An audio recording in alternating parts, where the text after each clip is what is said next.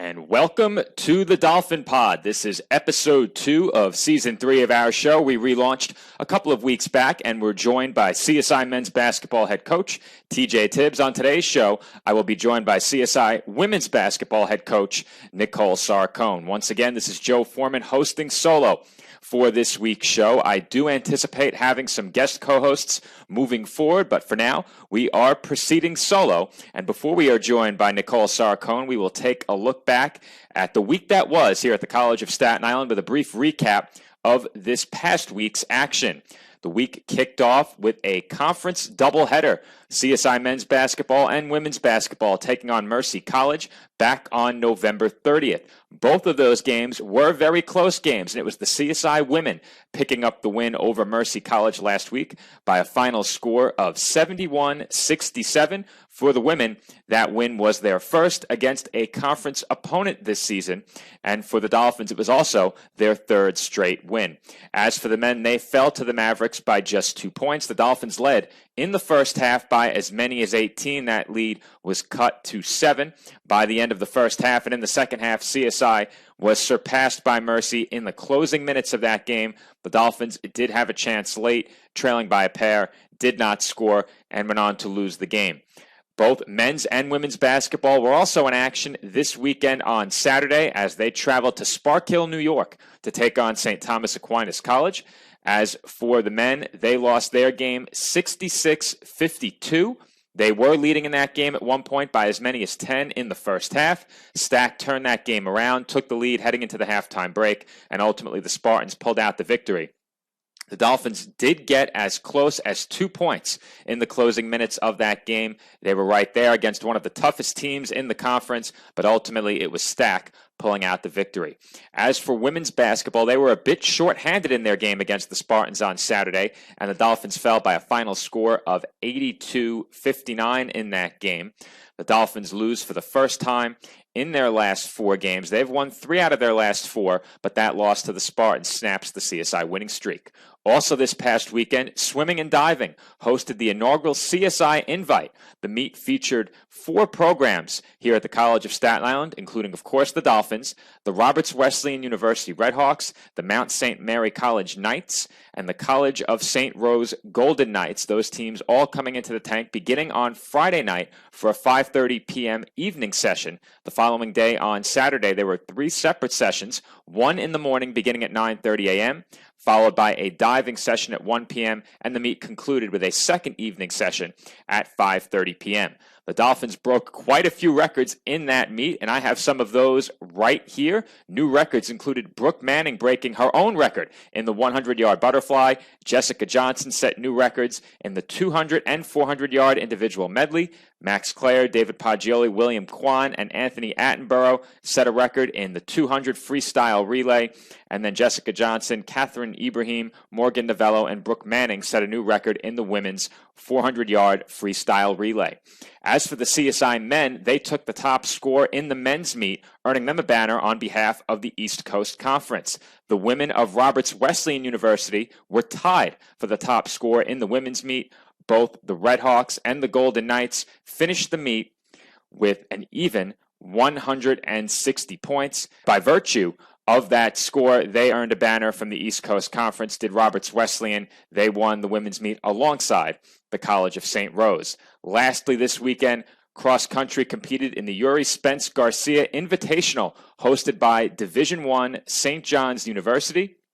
In that meet, the Dolphins set several new records once again. Record setters included Skylar Pointer, Kevin Hasty, Cole Enslin in what was a very impressive season debut for the Dolphins under associate head coach James Lugensland. We do expect associate head coach Lugensland to be one of our guests on the Dolphin Pod later this month. He will join me on the show ahead of the team's first meet of 2023. That meet takes place on January 13th of next year. So following this short break, we will be joined by CSI women's basketball head coach Nicole Sarcone right back here on the Dolphin Pod. Once again, this is Joe Foreman. I'm joined by Nicole Sarcone after this short break. And welcome back to the Dolphin Pod, our second episode following the relaunch of our show 2 weeks ago. And as promised, our second guest on the show is CSI women's basketball head coach Nicole Sarcone. Nicole, welcome back to the Dolphin Pod. Thanks, Joe. Thank you for having me. Well, it's exciting to watch your team play as well, and your team has not been short on excitement in their home games this season. Every game has come right down to the wire. You finally picked up your first win against Wilmington last week, and after your team got healthy, you went on to win 3 out of 4 games. What changed for your team in addition to their getting healthy, and what led to those 3 victories, 4 games? Yeah, I think having the healthy bodies helps. You know, our rotations are deeper than they have been in the past, and I think that helps keep everybody's legs fresh and everybody's energy up throughout a game. We've had some foul trouble, but we've had people step up in different spots, and I think having that versatility, people coming off the bench and giving huge sparks on either end of the floor, defensively, offensively, just playing as a unit, playing hard, and I think after that first win against Wilmington, it gave them a sense of confidence on the floor, and the sense of urgency that we played and the effort we played within those other 2 wins was the difference maker, in my opinion, compared to like a game like Stack over the weekend. It's the sense of urgency and the unity. I think that's the difference in games where we play at a really high level compared to the games where we're not so much playing as a team. Last year's team was the first roster filled with players that you recruited, that you brought to this program. How important is that for the team and for you as a coach to coach players that you brought in and have a full roster of players, many of whom returned for this year? Yeah, I think it's huge. I think it's an integral part of the growth of our program. And as a team, you could see the difference just in simply end-of-game situations this year so far from our returners who were freshmen last year playing major minutes and playing end-of-game minutes. And that's not easy, but you can see the difference. You can see the growth, and you can see that they know each other better on the court this year than they did last year. Because last year, 8 out of 10 of the players on the roster had never played together on the same floor. So that was tough, but I think getting all those minutes last year is the reason why they play well together now. Well, the sideline never gets too high or too low. We know TJ likes to stomp sometimes on the sideline. He gets very riled up. Sometimes his assistant, specifically Kurt, can really lay into the team. I'm not sure we've seen you do that on the sideline during a game, but what does that locker room look like after a big win for your team? And if there's one game I remember from back in 2019, there was a bit of a celebration cutting the net down during a game. So what does the locker room look like after a big win? Yeah, I mean, I wish I had the video to show you the locker room after the win versus Mercy. They were just the team as a whole was excited. They doused us in water. They were excited, as they should be. That's a huge win for us. It's a huge conference win. So my demeanor is a little different than TJ, and I think I'm more of a silent assassin on the sidelines and more so pointing my energy towards the officiating. But Kelsey and Sam bring great energy, and our bench brings great energy. So when we come off our wins, the locker room is just, the vibes are so high. The energy is so high, and they're excited because they know they've just worked for that win. No win for us this year will be an easy one. We'll never, our conference is really competitive, and our non-conference games are tough. So we know when we come away with a win that we just worked for it, and I think that provides them with the energy they need after the game. Now, we've seen Kurt lay into the men's team before. Is Kelsey capable of such anger? I can't imagine it. She is. Kelsey's scary in practice. She was last week, and Sam and I, she was a little scary in practice. And I just looked at Sam. I said, "Oh, she's on one today." She goes, "Yeah, I'm not touching that." And then we told her after, and she was like, "Yeah, I needed you guys to back me up." But I think having three different personalities, Kelsey, Sam, and I. But I think it's a good thing. Obviously trying to relate to 12, 11, 15, however many people you have on your roster, relating to everybody's different attitudes, or everybody has a different demeanor and takes criticism and teaching differently. So I think having the 3 of us helps. If someone is more comfortable learning from one of the coaches, it's good.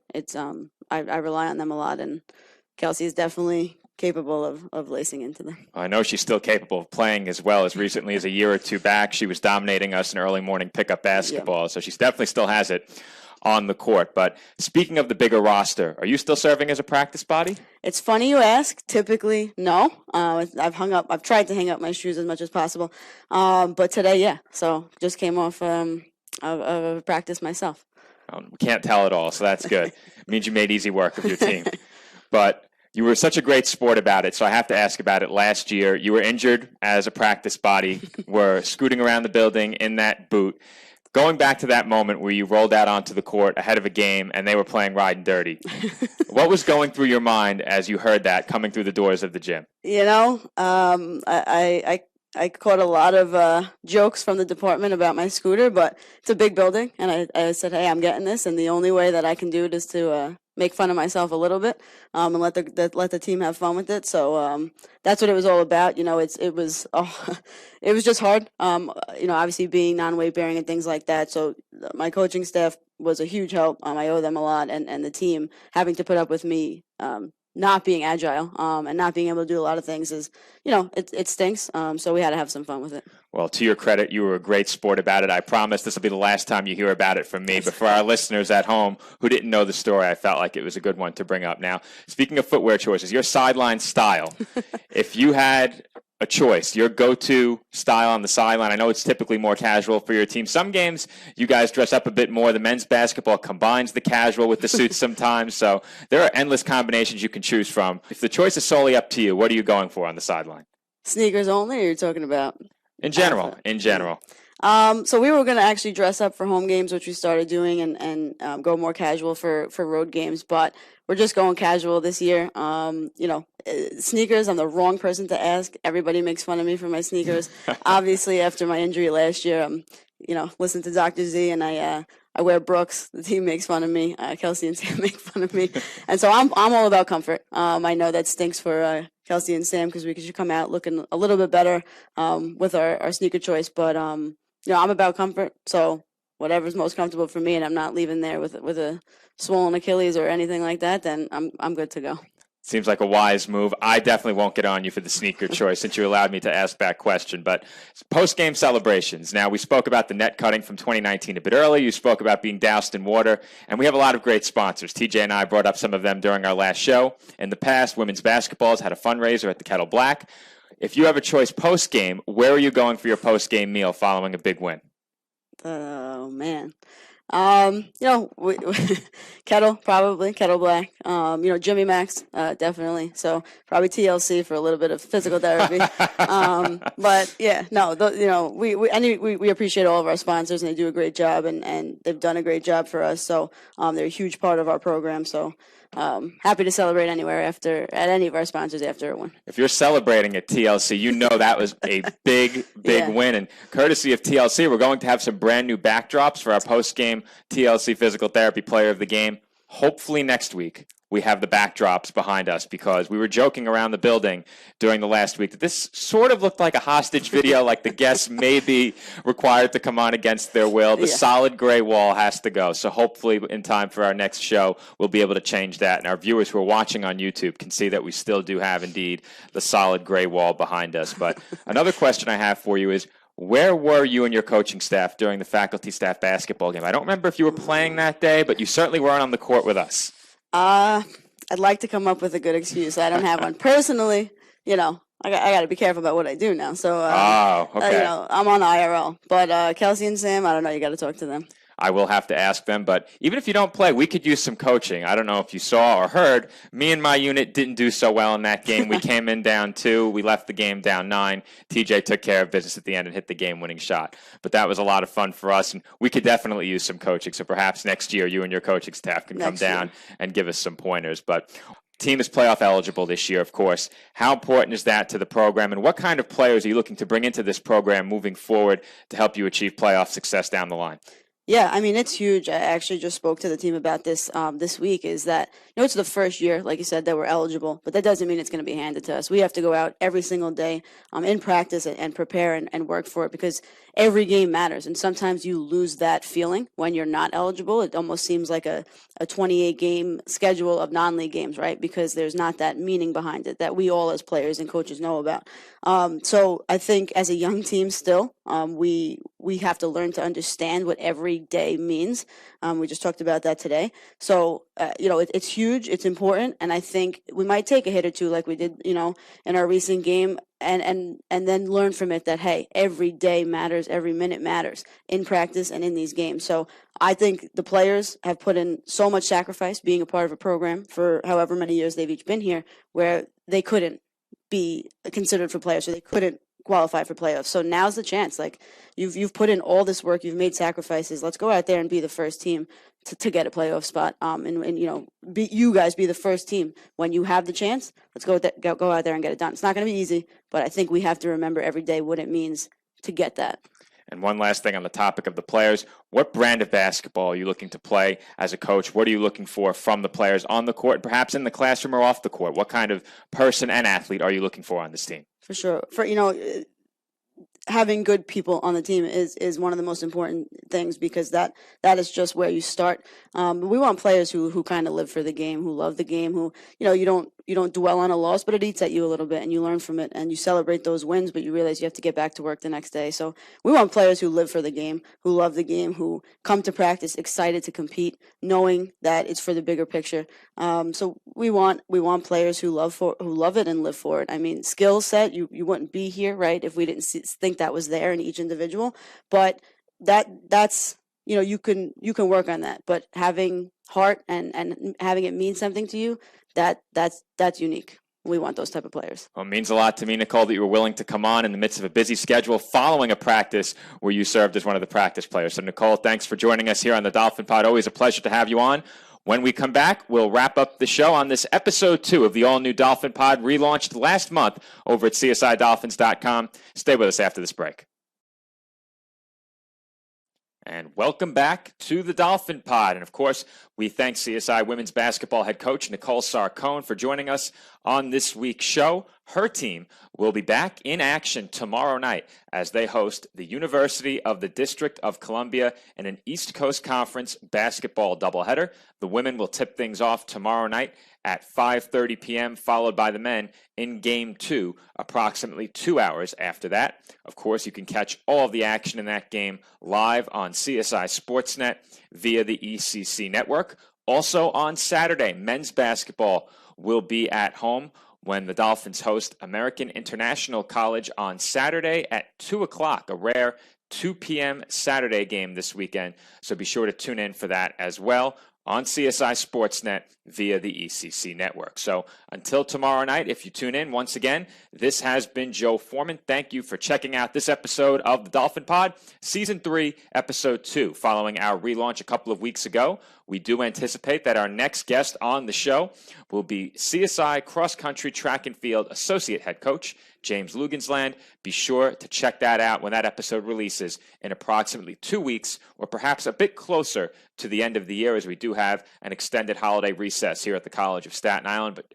be certain to be on the lookout for our conversation with head coach James Lugensland. You can also check out our cross country track and field indoor season preview over at CSIDolphins.com. That is available at our website right now, and we do have a brief conversation with associate head coach Lugensland posted there as well. Full results from all of this weekend's action can be found at CSIDolphins.com as well. You can check out all of the events from last week as well as this past weekend. Of course, cross country participated in their meet on Saturday, so you can check out those results in full at CSIDolphins.com. So until our next episode, thanks for tuning in. This has been the Dolphin Pod, an exclusive to CSIDolphins.com and the CSI Sportsnet YouTube channel. From the tank on the campus of the College of Staten Island, CSI Sportsnet presents NCAA Division II men's basketball coverage in Game 2 of tonight's East Coast Conference doubleheader. The College of Staten Island Dolphins take on the University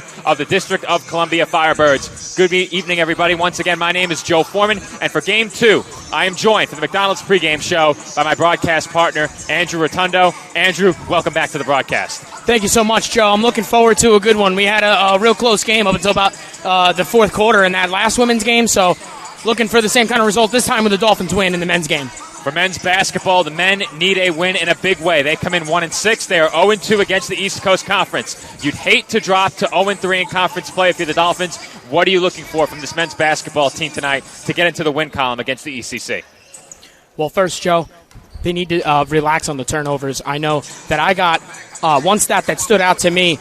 Turnovers per game, they're averaging 17.5 turnovers per per game, which is a lot. They need to hold on to the ball. They need to shoot smarter, and they need to pass smarter, and that comes with right at the start of the game. And this Dolphins unit will be shorthanded tonight once again.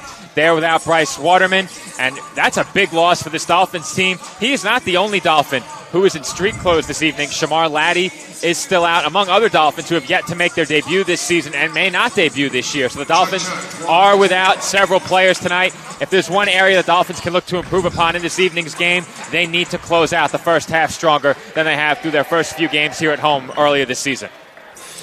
Absolutely, Joe, and we've seen it multiple times and multiple games in a row where they were up and they looked comfortable, and then all of a sudden we saw the opponent come right from behind and take this game right away, so the Dolphins definitely need to be more careful in that sense. If there's one player they have to look out for on the UDC side, it is Michael Aiken. He's averaging 14.6 points per game. He is shooting 47% from the field and 33% from beyond the arc. Micah Campbell and Wanye Cologne not far behind him, both averaging about 12 points per game. Two names to watch out for on the UDC side. Of course, Messiah Mallory among the Dolphins' leaders in scores. He is their leader in rebounding. Luis Armas leads active Dolphins in points, averaging just shy of 15 per game. Chris Velasquez comes in, averaging double figures as well. But before we head to break, we would like to thank the owner of our local McDonald's on Richmond Avenue, Roy Iracy. He provided us with a pregame treat. I know you're going to wait until halftime, Andrew. I can't wait as we have a cheeseburger here courtesy of McDonald's. I will begin to dig in as we head to break. Dolphins and Firebirds coming up next on the ECC Network.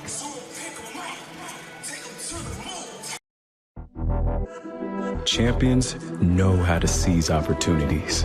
When they see moments of greatness unfold right before their eyes, they push as hard as they possibly can, and then they push harder. Because the heart of a champion never settles, never quits, and never stops giving its all. We are champions. We are Division II. We go big, we give it everything we've got, and we win. On the field, on our campuses, in our communities, for our causes, in our careers. We rise to become champions in everything we do. We are Division II, and there are no limits here. We make our time count. We set our own path. We become champions on our terms. It's time to up your game, because we're here to play and learn. But most importantly, we're here to discover ourselves, our vision, our heart, our drive, to achieve every goal we aim for, because we want to be champions at the highest level, life. At Division II, the opportunities are here. Are you ready?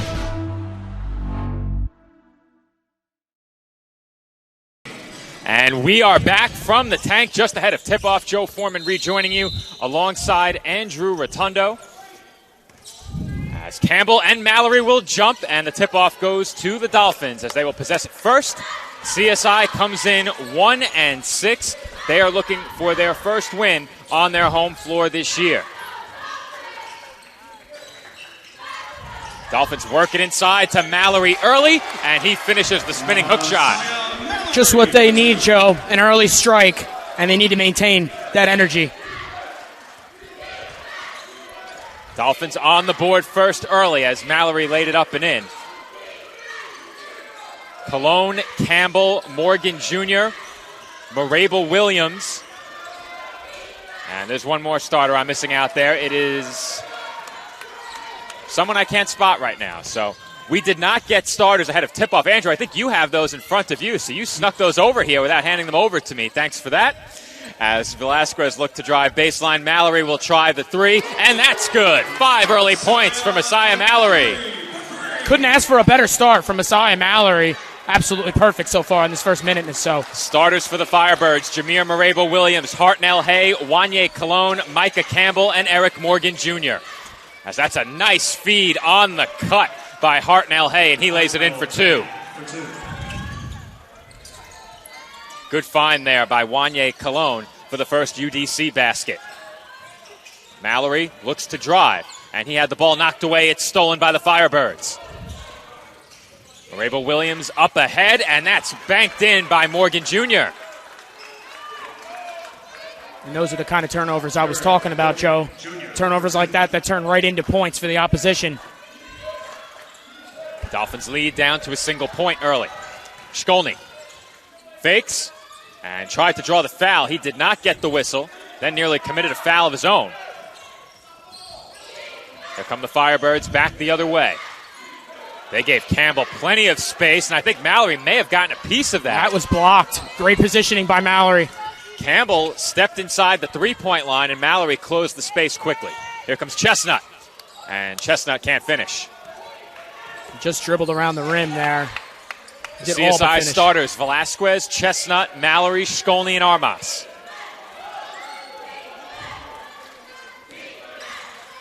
Jameer Marable-Williams drops it off to Hay. He fakes, pass inside. Double team on Micah Campbell underneath. And he gets it back, goes at Mallory, and finishes for two. And another good feed there from Marable-Williams on the inside.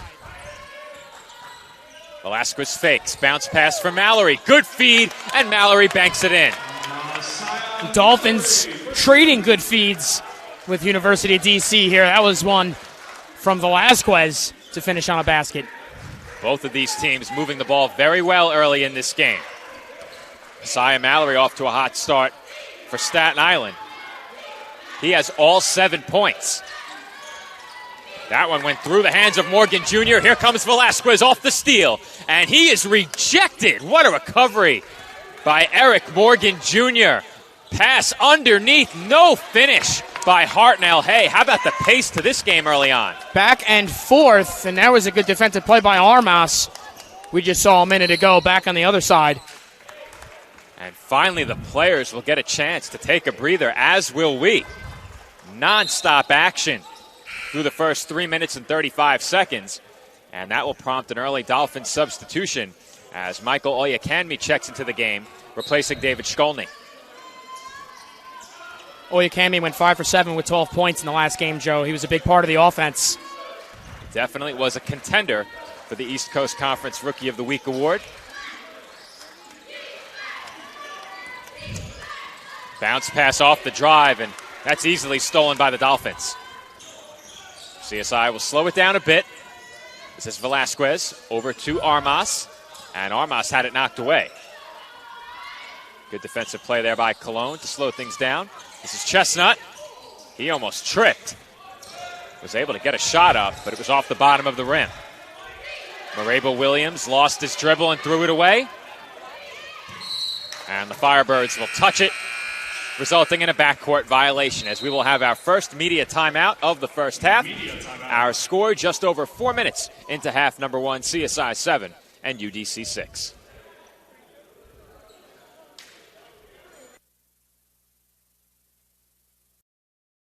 Hobra, a taco joint, Staten Island, where we're proud to have shared our family-first spirit with people from throughout New York City and the world.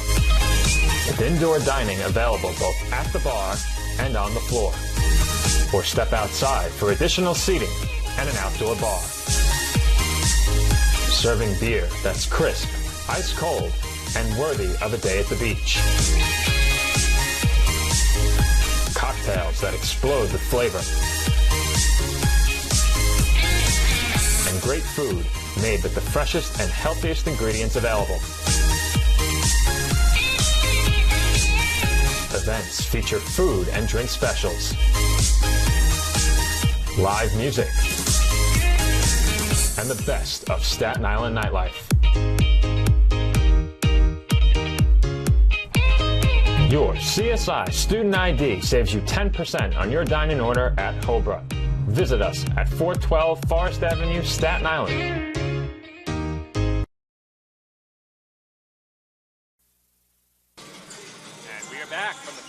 Of Staten Island, where the Dolphins have an early 1-point lead over the University of the District of Columbia.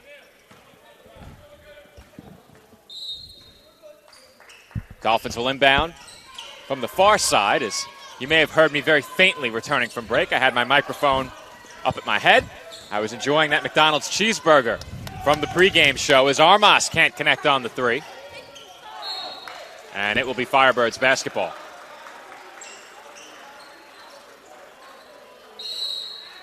a relentless pace to this game early on. Two teams back and forth up the floor very quickly. 14 shot attempts between the two teams so far. Firebirds 3 of 6. The Dolphins now 3 of 9. So officially 15 shots now. As the Firebirds work it around the perimeter, this is Marable Williams in heavy traffic. And he got it away just in time. Fake by Torrance Horton in the corner. He finds a man on the outside. That's Marable Williams. 5 to shoot. Around the back, pull-up. Short. Tipped by Mallory. And he gets it back. Really good lockdown defense there from the Dolphins that time, Joe. This is Mallory at the top of the arc. He gets it over to Armas and receives it right back. Mallory off to a good start. And he banks it in as his man went down. Micah Campbell lost his footing. I think Mallory might have stepped on his foot.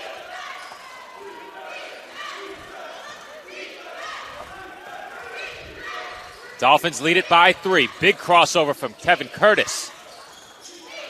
He dropped it off inside for Hicks, and a foul is called underneath against the Dolphins.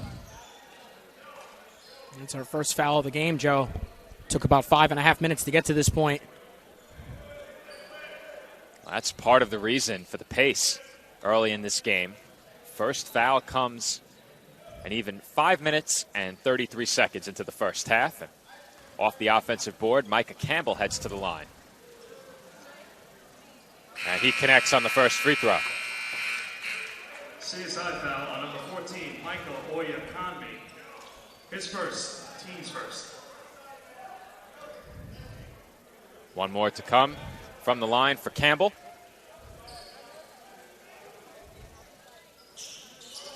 That's no good. And Mallory lost his grip on it. It will be Firebirds basketball. Just an unfortunate play. Mallory almost had that rebound, just couldn't get the handle, and Firebirds are going to maintain the ball. That rebound was heavily contested down in the corner.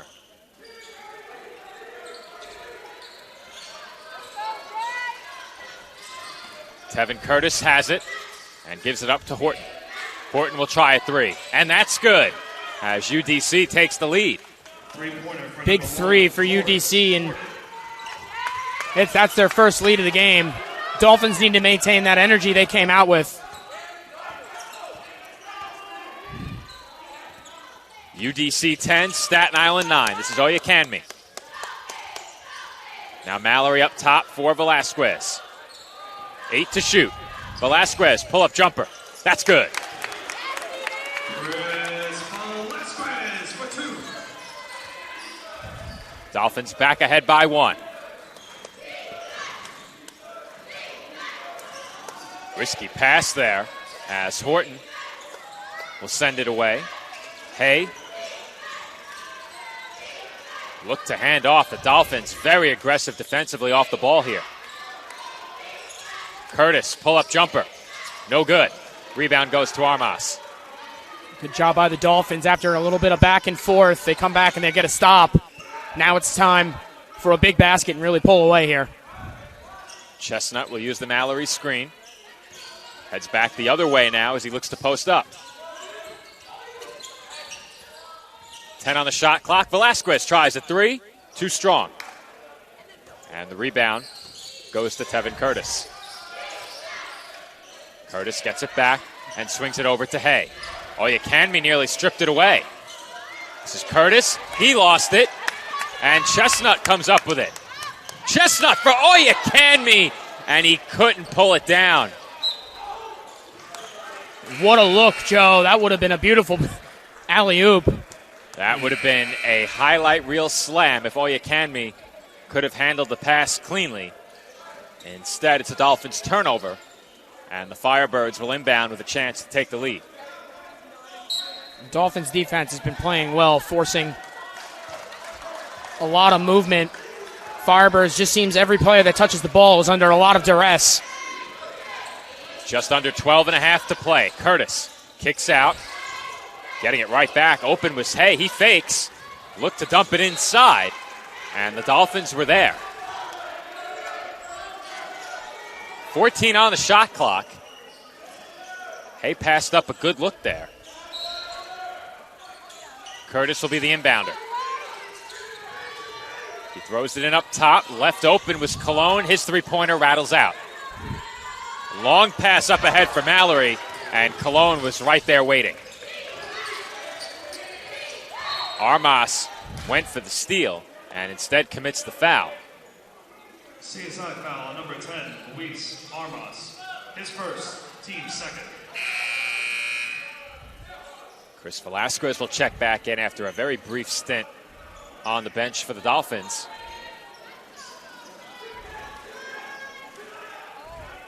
Now, Velasquez may have been in the game. It looked like David Shkolny was waiting to come in. He's now over at the trainer's table instead.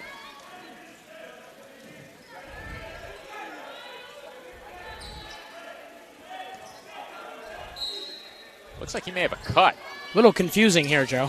Yeah, I'm not sure if Velasquez ever checked out of the game. Nonetheless, 20 on the shot clock for the Firebirds. They have it trailing by 1. Fake there by Horton.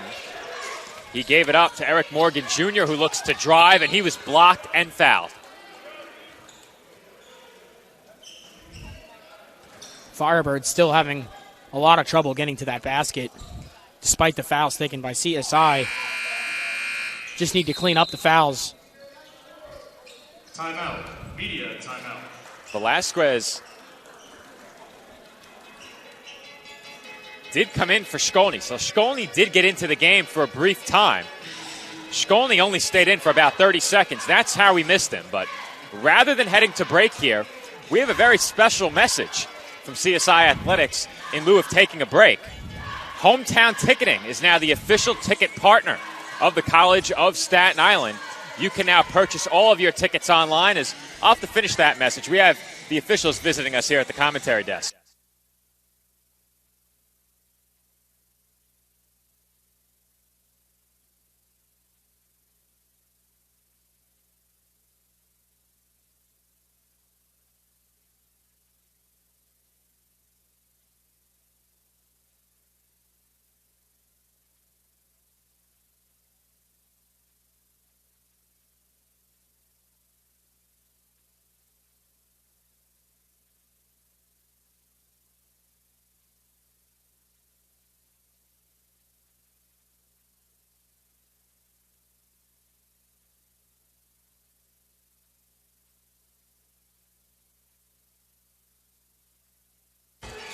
So the official took a trip over to our commentary desk, wanted to know who the shooter should be ahead of this free throw attempt.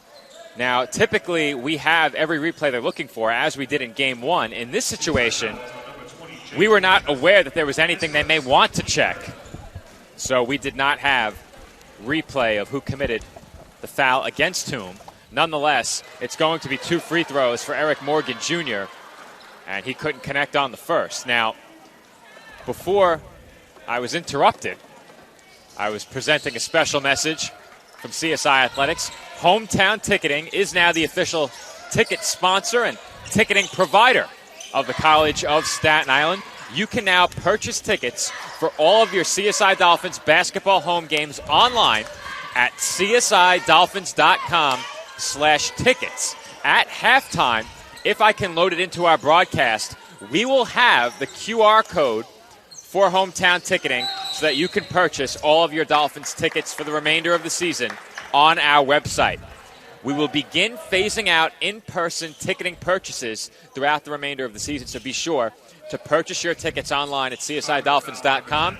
An official news release is coming regarding our partnership with Hometown Ticketing next week, but if you're tuning in here on CSI Sportsnet, you're the first to know that Hometown Ticketing is the official ticket provider for CSI Dolphins Athletics. Fancy stuff. That three-pointer by Armas, no good. And you're right, Andrew. QR codes now for ticketing.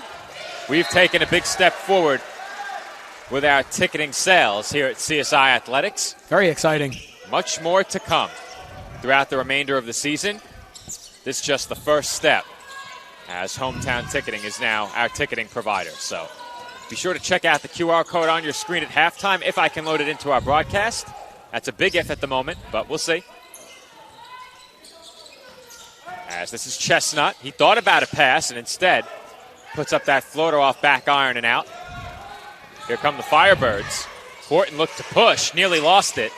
Hay thought about another three, instead is blocked on the deep two. He hangs his head in frustration. That's the second time that's happened to him. And it's the second block for Messiah Mallory as he stands strong once again defensively, keeping this game tied at 11 points each team.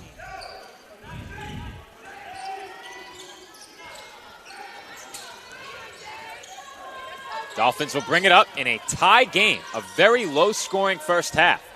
11 all, 9.5 minutes plus into this first half. Open look for Armas, way too strong. Chestnut went down to the floor. And TJ Tibbs is irate right now. He will join us on the court at halftime. And I'm not sure that I want to be the one conducting that interview, Andrew. It might be you. I'll have to take one for the team here. Armas gets it into Chestnut. The Dolphins have numbers. Mallory off the feed will finish for the easy two. Much needed basket for Messiah Mallory, and that's a nice pass to him. He goes right up and in. And I was just kidding, Andrew. I'll speak to TJ. I'll figure out a way to put a smile on his face. I'm sure we can. Maybe I'll offer him a cheeseburger. Of course, that courtesy of our friends at McDonald's. And that jumper is good from Torrance Horton. Very close game so far, Joe. Very defensive. Nobody's been able to pull away at all since the start of this game. That attempt by Chestnut is good off the window. And the Dolphins are back in front by 2. Good news for the Dolphins, though. Their offense is back in business. A couple of nice baskets right in a row there. Handoff on the outside. Went to Porti. This is Horton. And he hands off as the Firebirds remain on the outside here. Pull up from Araba Williams is short and rebounded by Armas.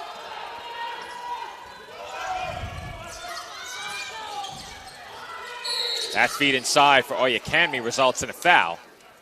And the Dolphins freshman will head to the line for 2 shots. Once again, Dolphins trying to get inside very quickly with the quick passes. This time they draw the foul, and they're going to get 2 shots at the line. Great driving by Oyekanmi there. Oyekanmi to the line for 2 shots. He's had a nice 2 weeks, couple of double-digit scoring games. And he rattles in the free throw.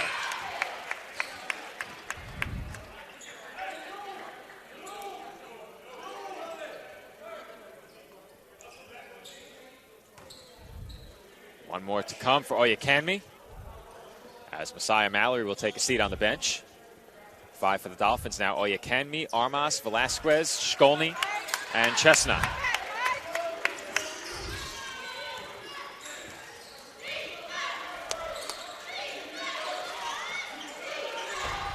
Firebirds once again working it around the perimeter. It's taken them some time to work the ball inside of the arc, as that turnaround jumper was too strong by Horton. The putback no good by Cologne, and the Dolphins pull in the rebound.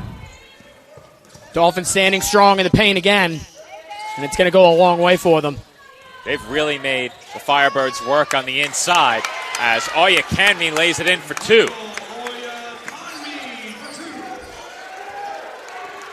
Dolphins have done a really good job working the ball to the inside.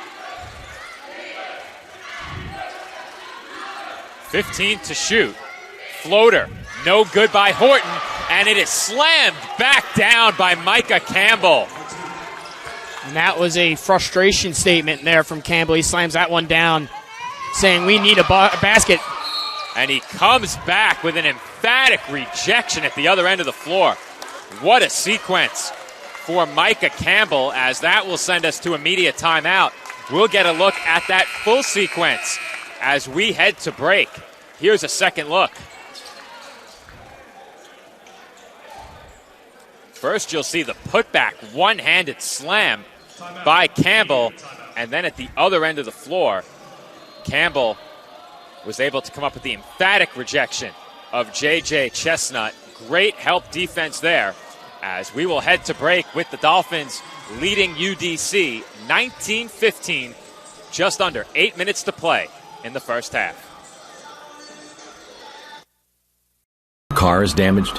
Where you take it is your decision. But insurance companies would like you to think otherwise. While they may have a lot of pull, it may not always be in the best interest of your car. Your car will be fixed right and on time. What insurance company can argue with that? Call Dependable Auto Body at 718-447-4899. And we are back from the tank where the Dolphins lead by 4 points. 7:59 on the clock in the first half. And early in this game, neither team shooting the ball very well. 6 of 18 for the Firebirds, 8 of 21 for the Dolphins. CSI has typically gotten off to some very hot starts, but they've gotten quite a few easy baskets in this game, and that's been a big part of the reason why they are leading by 4, 12 points in the paint for CSI. Absolutely, Joe, and I've noticed a big difference in what I alluded to in the pregame is the turnovers. Not a whole lot of turnovers with 7:59 left in this first half, and it's a big part of the reason why they're still up, and they've been doing very well at the line as well. 2 for 2 already. They'll get 2 more chances here. And Oyekanmi's first free throw is good. He is right back to the free throw line. His second, team third. Mallory has 11. Oyekanmi, the second leading scorer off the Dolphins bench. He has 3 as he goes 1 of 2 from the line. Make it 5 for Oyekanmi after that last free throw. He was at 4 already.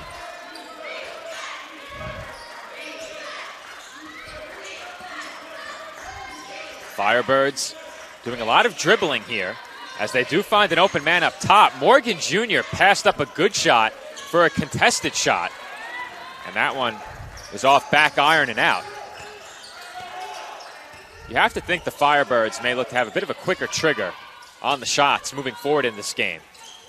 They've been very, very picky with their shots. They've passed up some good looks for some tough shots, as Velasquez is too strong on the 3, and that was rebounded by Curtis. Good ball movement in transition, as it's going to remain UDC basketball.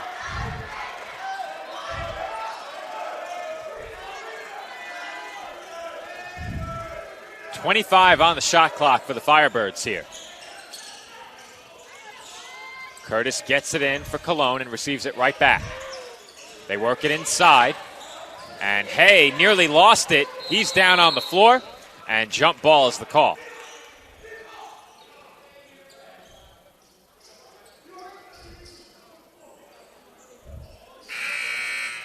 Coach Tibbs unhappy once again as he sends Luis Armas back onto the floor.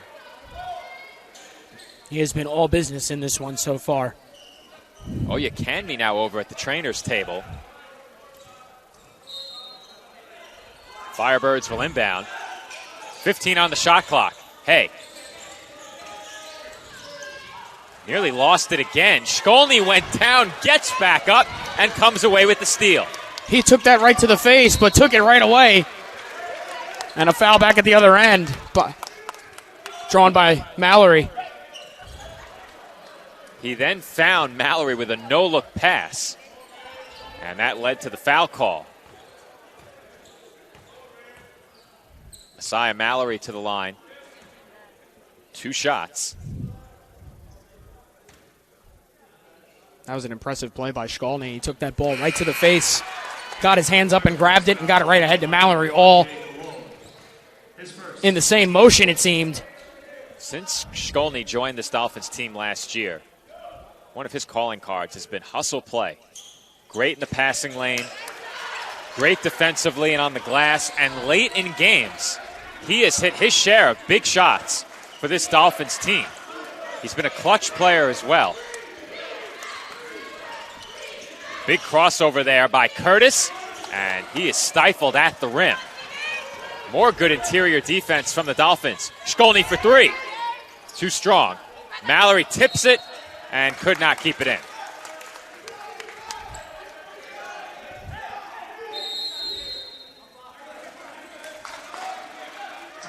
And a timeout has been called by the Firebirds. It's a 30-second timeout. So we will stay right here as the Dolphins lead it by 7. Both teams still shooting under 35% in this half. But I think an encouraging sign for the Dolphins is that they lead by 7 despite 1 of 7 three-point shooting. They've really needed the three-point shooting to be there in order to build leads. That has not been the case today. Once again, a good first half defensive effort for CSI. Absolutely, and luckily for them, Joe, Firebirds, as we mentioned earlier, have been very picky with their shots. They haven't shot the ball much at all, really. Just 1 for 3 from the three-point line, so just 3 attempts in almost 14 minutes of play at the three-point line. They've been very picky with their shots. And I think the number that really stands out for UDC right now, they've turned the ball over 7 times. The Dolphins have done a very good job protecting the basketball.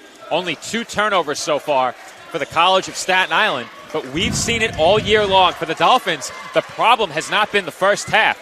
It's been the second half as Shkolny is in the passing lane again, and he will miss the layup. Chestnut is there, and he lays it up and in. Well, it was the right idea for Shkolny, and thankful enough, there was Chestnut right there to clean it up and finish it. 9-point lead for the Dolphins. Well, Shkolny wanted to dunk it, didn't get up high enough, tried to audible midway through the dunk attempt. Fortunately, Chestnut was there. As we have a blocking foul called against the Dolphins. Bodies all over the floor. Eric Morgan Jr. tried to split 2 defenders there with the ball. Well, I'm not sure if our viewers caught it, but Shkolny gave J.J. Chestnut a big thank you over at this end of the floor as the Dolphins huddled up right there. But as I was saying before, Shkolny, a player who does a great job defensively. He's in the passing lanes, always hustles, competes on the glass.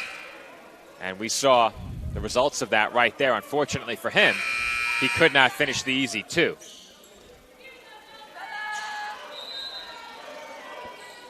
Adefella Fakarode will check in for the first time.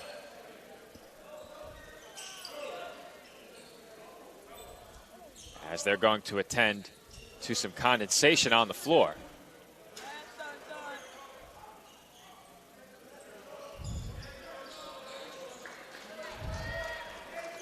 Condensation has been an issue all season long. Causes a lot of delays this season. As the temperature changes, I think that's when we have problems. And it is very cold out. At least it was recently. That three-pointer, not close. Once again, that was Hartnell Hay on the attempt from downtown. Once again, plenty of time to take the shot. Lots of stutters there. And they just need to get the shot off quicker. Hay just 1 of 4 in the half. As Velasquez will look to drive, he pulls up, and he converts for 2. Double-digit lead for the Dolphins. Big mid-range jumper there for Velasquez to keep the offense going now for CSI. Over 5 minutes to go in this first half. The Dolphins have their largest lead of the game, 11 points. Firebirds again stuck on the perimeter. Shkolny all over Hay, nowhere for him to go. This is Campbell, 5 to shoot. Campbell up top.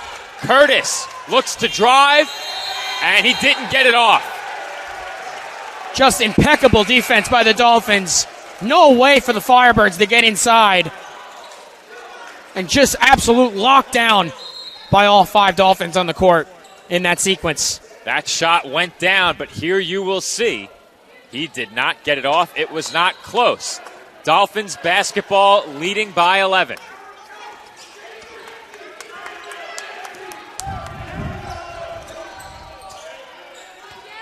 This is Chestnut getting a screen from Mallory. He drops it off to Messiah. One-on-one inside, nearly lost it. And he is rejected by Horton. Big block by the 6'4 freshman. There's a three-pointer. Count it! And 1. That was a big shot from Jameer Marable-Williams. And he gets the foul, too. Dolphins just need to keep playing that strong defense that they have been. Fakarode just a bit late on the close. Here's a second look at that basket. by Jameer Marable-Williams, and perhaps no shot bigger than that so far for UDC. This game was beginning to slip away just a bit. The Dolphins were on quite the run there, and Marable-Williams brings an end to that. His team back to within 7. A 4-point play for the Firebirds. As we approach 4 minutes to play in the half, the Dolphins turn it over.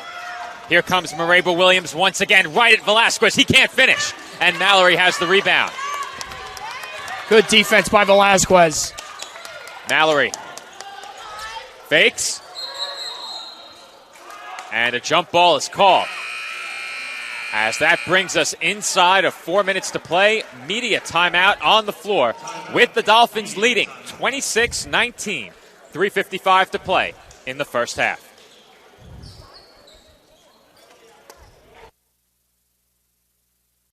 As a student athlete in college, I first got involved with the NCAA at the national level. It was through the Student Athlete Advisory Committee, SAC, gave me an opportunity to advocate on behalf of all student athletes, to affect change and to make an impact. The NCAA is giving the student athlete a platform to voice their concerns and to be able to advocate for what's going to affect their well-being. The policies that are being put in place are speaking towards academics, they're speaking towards well-being, they're speaking towards fairness, creating a culture so that the student athletes have the best experience as possible.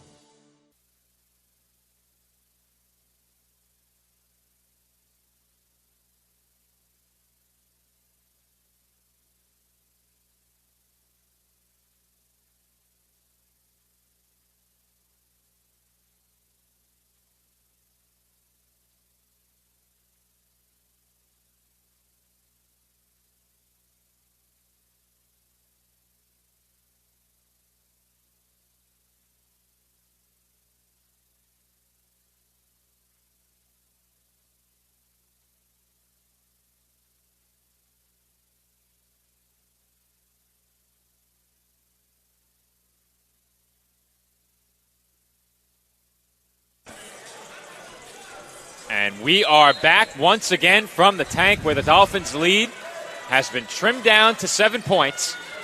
It's been a good first half for the Dolphins, but Andrew, it is very important for CSI to finish the half strong over these next 4 minutes. 100%. We've seen it too many times this season already. It can't happen anymore where they've had a large lead and it gets trimmed down right before the end of the first half and they lose all the momentum going into the second half. They need to keep this momentum up that they've had. They've been playing very strong defensively, and they've been hitting their baskets when needed. On the other side for UDC, with one run here to end this first half, they can find themselves even or perhaps leading heading into the halftime break. This is a big 4 minutes for them as well, and they've really begun to start hitting shots over these last couple of minutes. We'll see if they can keep that up.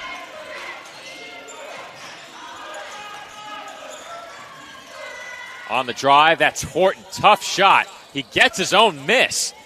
Players once again down to the floor. It's loose, and it will remain Firebirds basketball.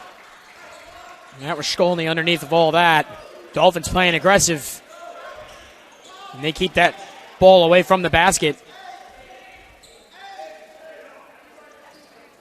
So far in this game, the Firebirds are shooting under 30%. You have to think that will change, as the law of averages says that over the course of a game, your shooting will level out to about where you are on the season, and you have to think a very talented Firebirds team will increase that shooting percentage as this game goes along.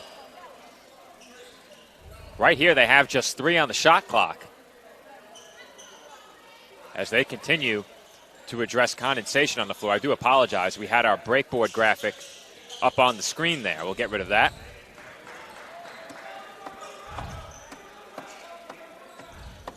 Three to shoot for UDC.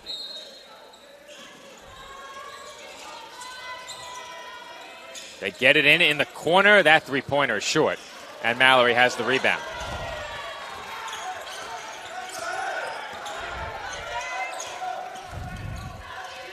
Chestnut uses the Mallory screen. Shkolny pump fakes. This is Velasquez looking for Mallory. Shkolny left open. He fakes again. He wanted Mallory. That's a kick ball.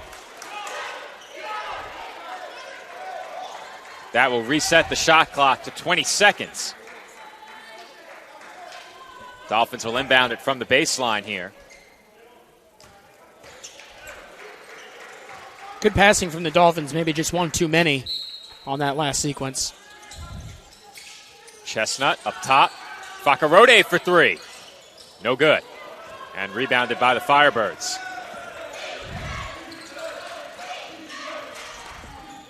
Marable Williams dropped it off inside. And once again, I thought the Firebirds might elect to shoot. And instead look to make the extra pass.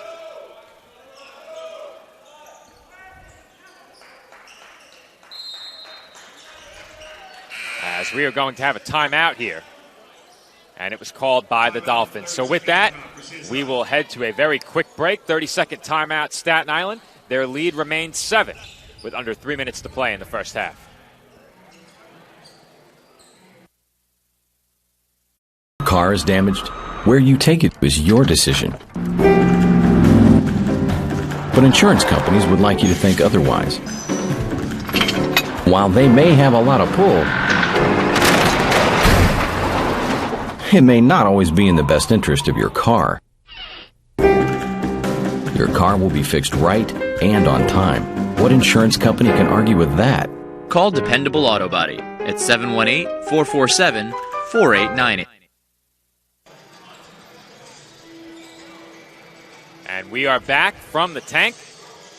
2:51 to play in the first half. Staten Island lead is 7 points. Dolphins are being led in scoring by Messiah Mallory with 13. Michael Oyekanmi has 5.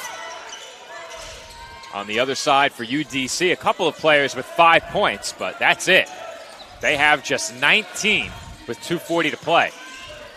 As that shot is no good by Horton. Offensive rebound was grabbed by Hay. Firebirds worked it around the perimeter. No shot. Once again, the Dolphins double in the corner as that's heaved out by Marable Williams. The three no good by Cologne.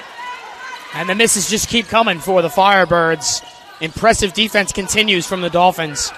That's a bad CSI turnover, and the Firebirds give it right back.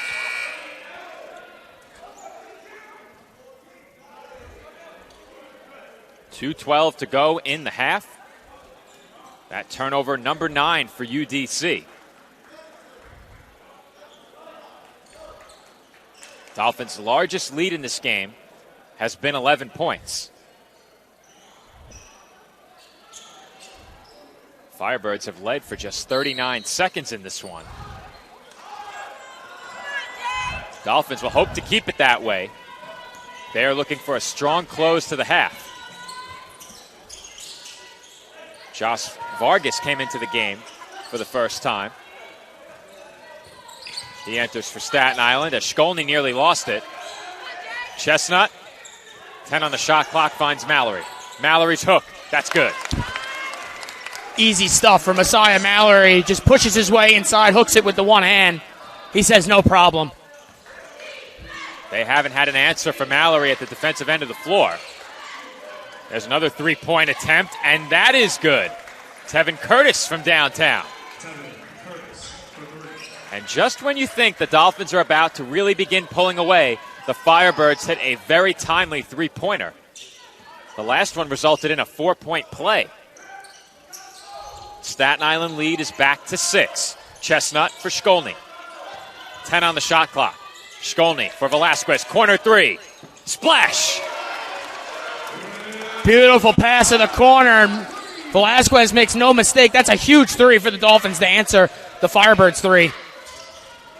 Baseline drive, and Marable Williams stepped out of bounds.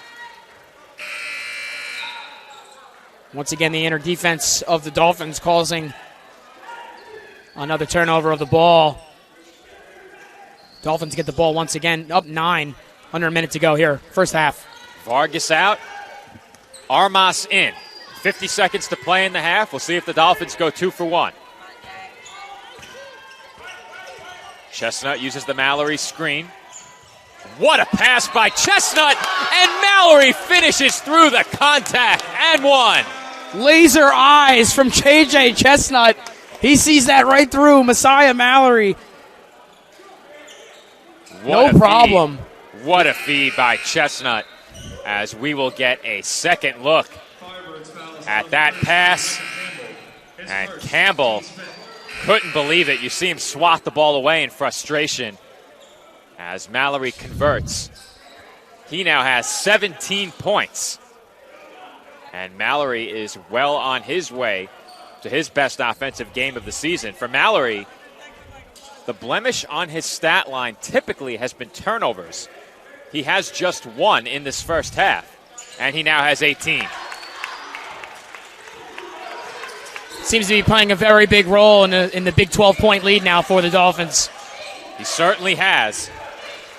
This 12-point lead, the largest of the game for Staten Island. And barring an offensive rebound, they will have the last shot of the half. 12 to shoot. Curtis feeds it inside for Horton. Bounce pass on the baseline, and Rashad Faust was rejected with 5 on the shot clock. Velasquez read that one perfectly as this Dolphins defense continues to say red hot. How about this Dolphins defense in this first half as Cologne tries a 3 too strong. Big rebound by Shkolny. 5 seconds remaining in the half. Shkolny to the rim. And the tip-in is good. How fitting.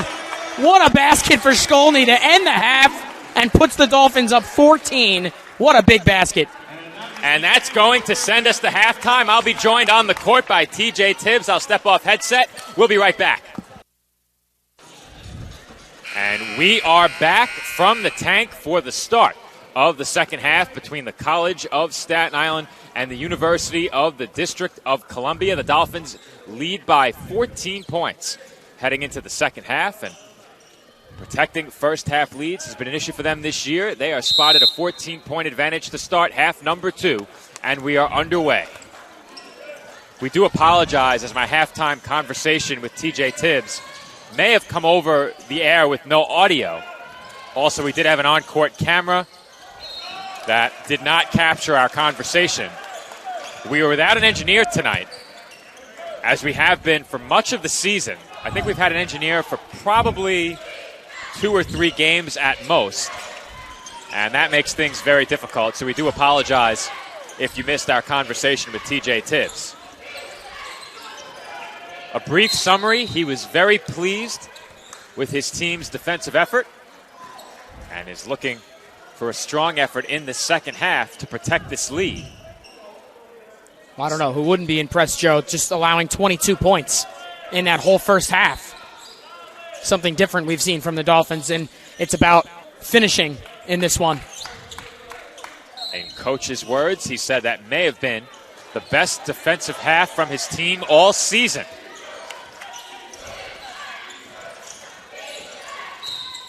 And we have a foul against the Dolphins here as Jameer Marable-Williams looked to drive inside. Foul came before any shot attempt. First half numbers for the Firebirds, 8 of 30 from the field. That tells a big part of the story. The Dolphins 14 of 34 from the field, only 2 of 9 from three-point range. That's a departure from what we've seen from them this year from beyond the arc. Dolphins, however, finished with 20 points in the paint. Big half on the inside for the Dolphins. And for the Firebirds, they committed 11 first half turnovers.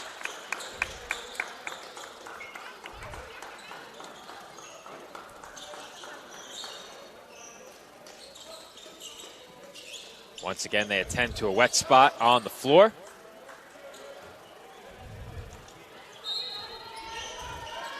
And we are finally set to resume action. 15 on the shot clock. Hayes' shot is short, and Campbell went for another dunk as he rattles the backboard and the support structure. No finish. Shkolny way too strong, and Hay has the rebound. Fake on that shot by Marable-Williams, and his floater is good. Marable-Williams able to squeeze by the defense. We've seen him do that a few times tonight so far. This time he's able to put it up and in. Chestnut will bring it up. He finds Shkolny, and his pass for Mallory easily stolen by Campbell. Big crossover into a three-pointer, too strong by Marable Williams. Here Dolphins comes need a Velasquez. basket. Chestnut inside for Mallory. He's quickly doubled, nearly threw it away. Armas for three. Splash. Perfect passing and a much-needed three. Louis Armas. That was huge. Dolphins back up now 15.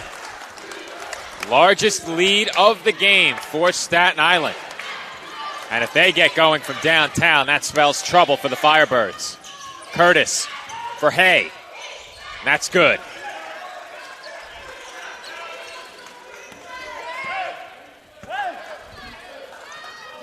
Dolphins lead back down to 13. As that's another great pass from Mallory, but he is emphatically stuffed. That shot was snatched out of the air by a pair of Firebirds. And one of those two players, Micah Campbell, will head to the bench. And even 20 on the shot clock as Armas will inbound. This is Mallory. Gets it back up to Armas. Velasquez around the back. Almost traveled there. Was able to regain his composure. This is Chestnut. Left-handed layup, no good. Strong play by Chestnut. Did everything right but make the basket. Horton drops it off behind him for Cologne. He was defended closely. Horton back to Hay. 12 to shoot. Marable Williams. Kick out for Hay. He's left open, and that's short. Hay grabs his own miss. Floater. That's good. And it's an 11-point game. Dolphins need to tighten up defensively as the lead now trimmed down to just 11. Chestnut for Shkolny. Chestnut gets it back. Now Mallory. Mallory with a fake. Turnaround jumper, and he passed out of it as Shkolny cuts wide open. Chestnut finds him, and the Dolphins are back ahead by 13. And as I said before, Chestnut has some laser vision tonight. That passing has just been on point. And this time he finds Shkolny on the give and go for a big bucket. Chestnut already has a 14-point game this season.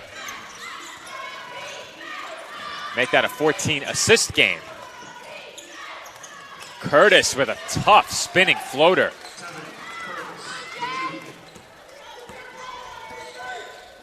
Chestnut really seems to have command of this Dolphins offense, running the point as that was kicked. And that will bring us to our first media timeout of the half. Dolphins lead it by 11. Our score, Staten Island 41 and UDC 30. Last call for the concession stands, $1 hot dog and $1 pretzel. And now, ladies and gentlemen, please welcome to the court your CSI cheerleading team.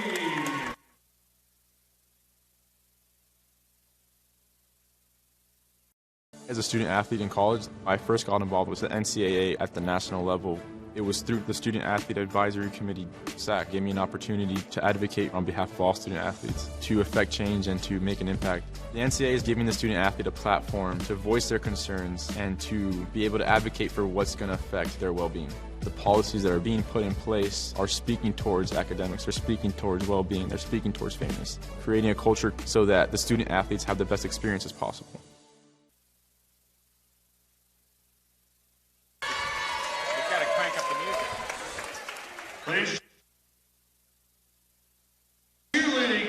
And we're back on the ECC network as we had a special performance by the CSI cheerleaders during our first media timeout in this second half. As for the action on the court between these two East Coast Conference basketball teams, College of Staten Island leads UDC 41-30 with 15:56 to play in this second half. Once again, I do apologize. I am also our engineer tonight, so I have to reset the clock to reflect the proper time. That being said, Andrew, the Dolphins have come out strong here in the second half. We looked to see them come out strong in the second half. If you're a fan of this Dolphins team, and they've done just that. Absolutely. The defense continues to look strong. They just need to keep that gap, and they need to keep scoring when needed. Dolphins will inbound from right to our left. And they get it in. We'll slide back just a bit as there was some contact to our table there. And the Dolphins turn it over, but I'm not sure the Firebirds ever had possession there. We'll see if CSI is credited with a turnover. That call in the hands of our statisticians, Louis Matrone and Sal Caruso. This is Chestnut on the drive, and he can't finish the bank shot. He had a good look at the basket there. Yeah, he had a good break away from the defender, and it was just him in the basket. You got to finish those. Firebirds have played the passing lanes very aggressively in this game, as that three-pointer by Cologne is too long, and Armas has the board. And lucky enough for the Dolphins, Firebirds struggling out of the gate here in the second half from the three-point line. Velasquez for Shkolny. Shkolny got it to Mallory, who almost lost it. He is immediately double-teamed. Armas, step back three. Splash. That was a nice assist from Mallory. Good persistence to hold on to that ball. Nice pass over to Armas. He finishes the play. Puts the Dolphins up 14. If the Firebirds are going to double Mallory, Armas can't be the man they leave open. Now, he was defended there, connected off the step back, and responding at the other end is Tevin Curtis. Nothing but net. Tevin Curtis lifts that right up and in. Firebirds will not go away. The Dolphins led by as many as 15 and now lead by 11. Mallory doubled again. And the ball stripped away by Curtis. And that was picked up by Faust. He takes it all the way to the rim. Count it, and one. And that's a big play at both ends of the court there by Rashad Faust. Ends it with using the speed. Able to put that ball up and in and draw the foul. And now back within single digits for the Firebirds. That was a tough shot by Faust, who was able to finish through the contact. He heads to the line for one more. Once again, we have a single-digit Dolphins lead. As the free throw is no good, the rebound goes to Mallory. Chestnut has some speed heading toward the rim. Shkolny back out to Chestnut. And he throws it away. Good vision there in the passing lane by Curtis. He lays it in for two. Timeout, Staten Island.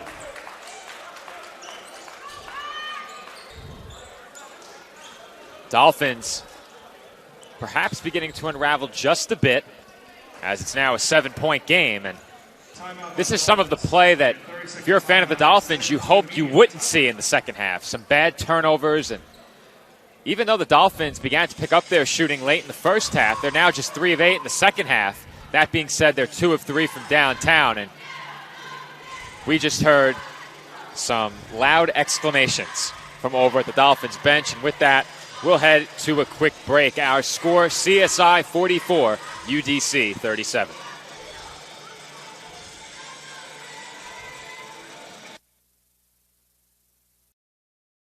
Hobra, a taco joint, Staten Island, where we're proud to have shared our family-first spirit with people from throughout New York City and the world. With indoor dining available both at the bar and on the floor. Or step outside for additional seating and an outdoor bar. Serving beer that's crisp, ice cold, and worthy of a day at the beach. Cocktails that explode with flavor. And great food made with the freshest and healthiest ingredients available. Events feature food and drink specials. Live music. And the best of Staten Island nightlife. Your CSI Student ID saves you 10% on your dine-in order at Hobra. Visit us at 412 Forest Avenue, Staten Island.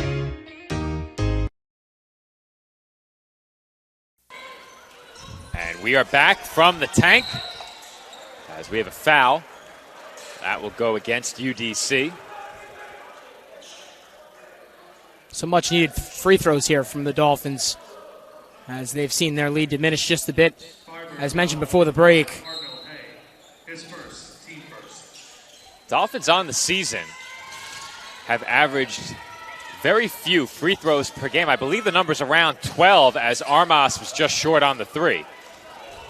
I'll get that number in just a moment. In this game, they are 6 of 7 from the line. UDC, 3 of 6. This is Curtis, double team. Gets it over to Horton. He fakes, finds Curtis again, and he is fouled. Dolphins on the season have attempted just 6.5 free throws a game.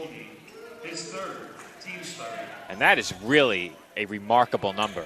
They've already surpassed that with 13:21 to play as the Firebirds head to the line with a chance to make this a 5-point game. And Curtis can't connect on the first. it just seems like the Dolphins have been a bit unlucky getting those foul calls and getting to the line. Can't get the opportunities if you can't get the foul calls. To put things a bit more into perspective, the Dolphins have attempted 65 free throws entering tonight's game. They have attempted 188 threes as opposed to just 65 free throws. That's incredible. Almost unheard of. When you shoot as well as the Dolphins have in many games, you might be able to get away with that, but the kind of shooting necessary to win games with that disparity is really exceptional, and it's almost impossible to maintain that for 40 minutes. As once again, the Dolphins turn it over, and that's a bad turnover there. That pass was telegraphed by Shkolny. Firebirds are reading the Dolphins' offensive plays a little bit better here in the second half, I've noticed. On top of that, they've shot it far better. Corner three, no good. And a big rebound again by Shkolny. Velasquez nearly lost it, and that's going to be Dolphins basketball. Or check that, Firebirds basketball. That's the right call. Bad bounce for Velasquez. Almost had control, and it's going to stay Firebirds ball. Shkolny had it, tried to give it over to Velasquez, and then Velasquez had it swatted out of his hands. That earns UDC another possession. And that won't go on the inside as Hay may have been stepped on there. Good effort to get inside. Mallory, though, all over with the defense. And that's a tough shot by J.J. Chestnut, weaving his way through traffic and finishing the reverse layup. Big basket for Chestnut. He's been doing it all tonight. Dolphins lead back up to 8. That rattles out on the attempt by Marable Williams. And here comes Chestnut back the other way. He has Mallory, who's quickly doubled, and Mallory can't finish. The Firebirds have made a point of taking Messiah Mallory out of this game as Shkolny soared through the air.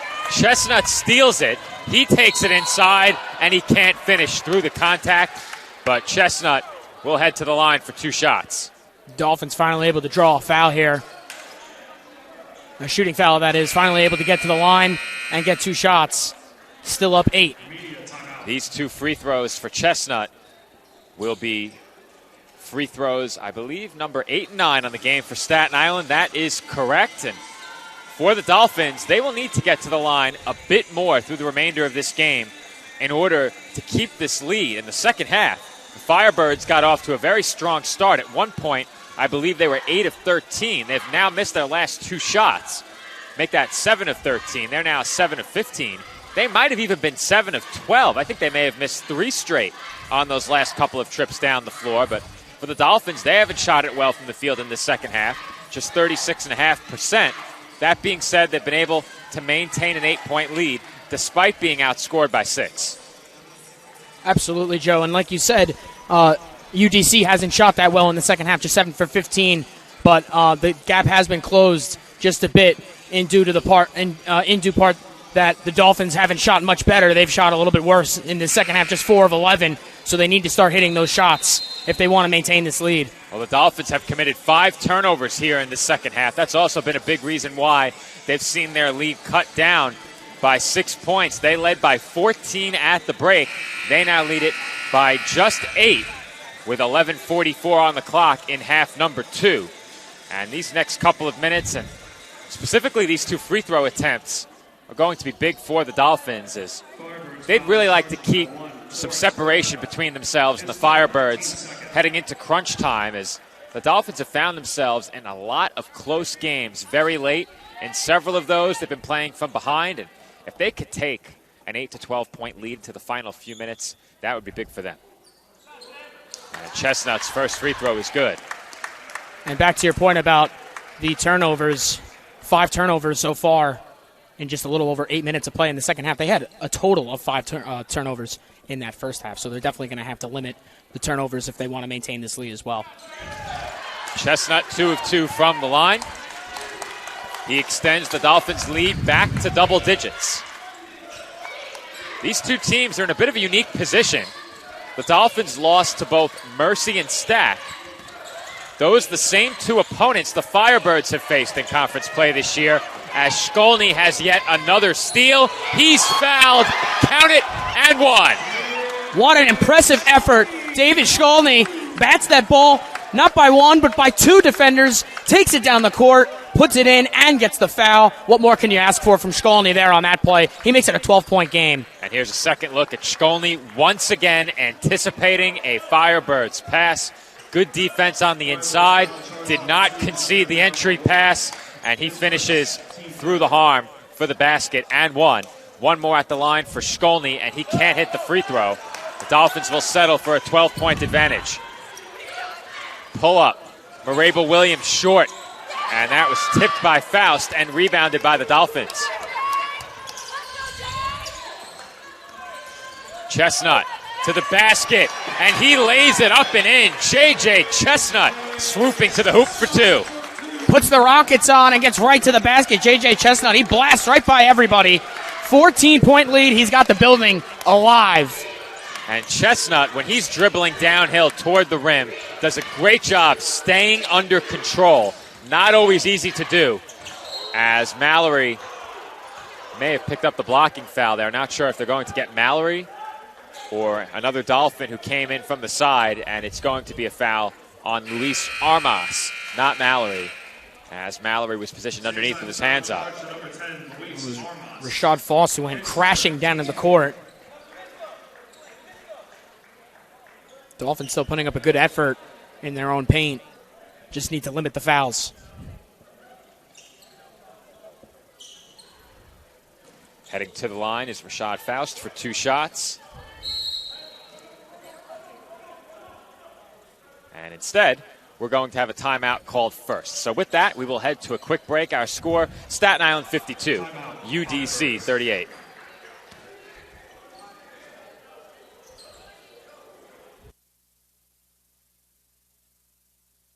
Basketball for me just kind of was the glue that kept my family together, I feel like.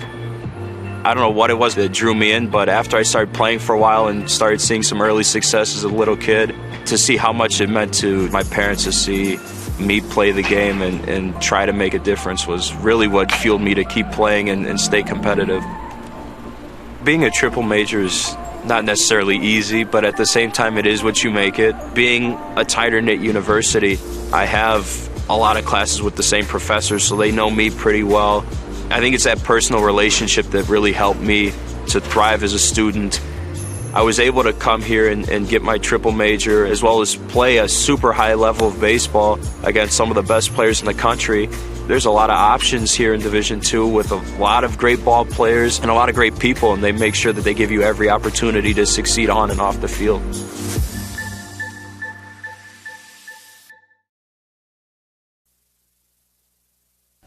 And we are back from the College of Staten Island, where the Dolphins' lead is 14 points. Rashad Faust to the line for the Firebirds, hoping to put a dent in that CSI lead. As once again, they're attending to a wet spot over by the CSI bench. There may have been a spill over there during that media timeout, or I should say a timeout called by Staten Island. Both teams have 2 timeouts remaining. As we get that updated on your screens, free throw is up and good by Faust.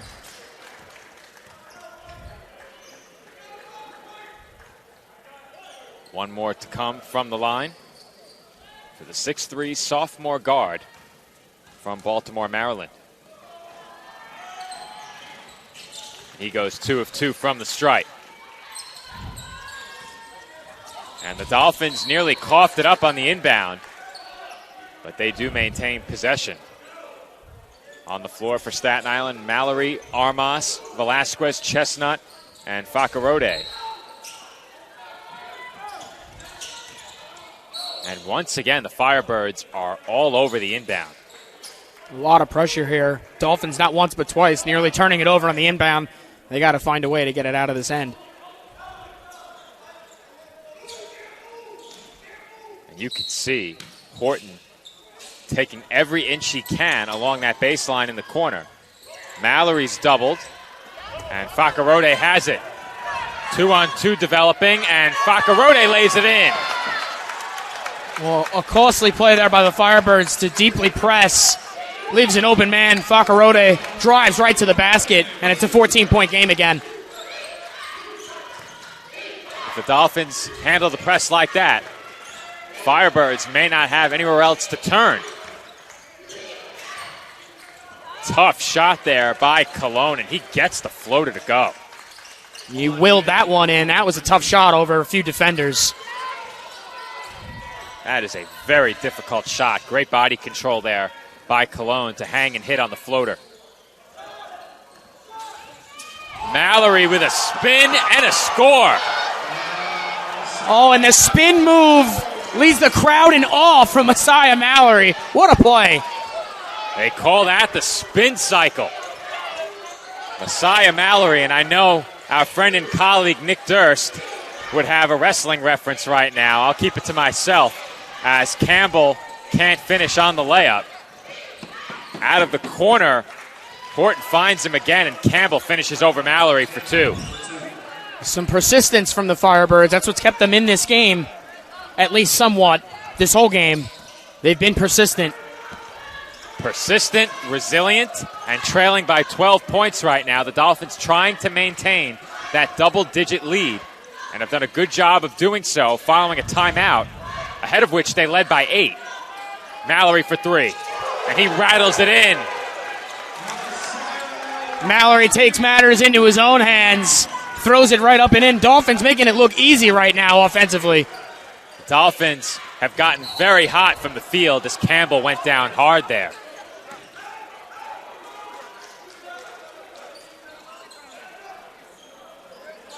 It just seems like everything is going by way of the Dolphins these last few minutes on both sides of the court. It's very simple. You take a look at where the Dolphins were shooting it just a few minutes ago. They were down around 36%. They are now up to 56% here in the second half. Dolphins also have not turned it over since the last time we highlighted the CSI turnover number. They were at 5 then. They remain at 5 right now.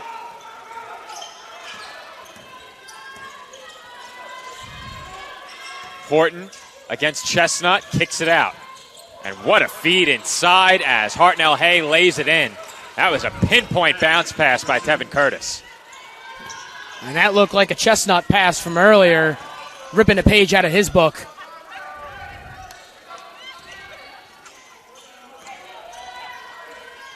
Mallory fakes, goes up with the left, and he scores. And persistent Messiah Mallory gets another one as he just gets right by everybody. No one can take that ball away from him. Dolphins cause another turnover. And the Dolphins are really playing with a lot of energy, intensity, and effort right now. And it's really beginning to show up on the scoreboard as Staten Island has increased their lead to 15 points. Our score, CSI 61, UDC 46, as we head to break with 7:59 remaining in the game.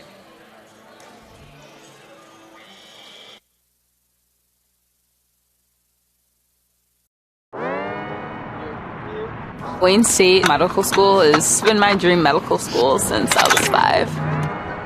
Athletics are important, but so is service, so is research, so is becoming a better person. And we expect you to do well athletically, but don't forget the reason you're here, which is to give back to your community and to get good grades.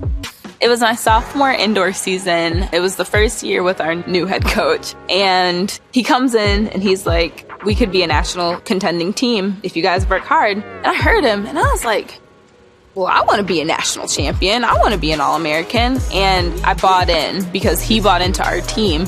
And I qualified to go to indoor nationals. I decided I wanted it, so I went and grabbed it.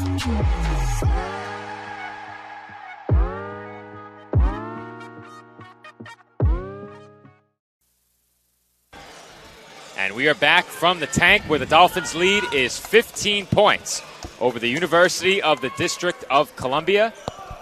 In our early game, women's basketball fell to the Firebirds. They fall to 1-2 in conference play, 3-6 on the season. As for men's basketball, they came in 1-6, 0-2 against the ECC, looking for their first conference win tonight.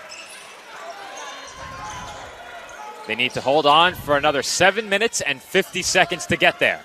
As Fakarode is looking for somewhere to go with it, he gives it up to Vargas.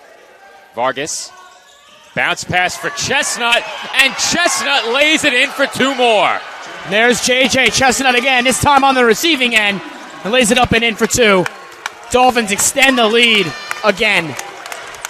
What a feed by Josh Vargas. Comes off the bench and delivers another pinpoint bounce pass. We've seen some great passing tonight. And that one gets away from Campbell. It's stolen by the Dolphins. And these Dolphins have just been relentless, both ends of the court. Huge reason why they are up so much in the turnover number. Usually they're on the other side of the turnover number. Velasquez, pull-up jumper. And he doesn't get the roll, but Vargas has the rebound, and he lays it up and in. And add Vargas to the score sheet as he's right there. Perfect placement, and he gets another 2 for the Dolphins. Now, 19-point lead for the Dolphins. The Dolphins have 36 points in the paint. As that shot was stifled, the ball is loose, and it ends up out of bounds. It remains Firebirds basketball. And that was Messiah Mallory in the center of it all that time with some relentless defense. And a great job not taking the foul as well. That last basket officially made it 38 in the paint for the College of Staten Island.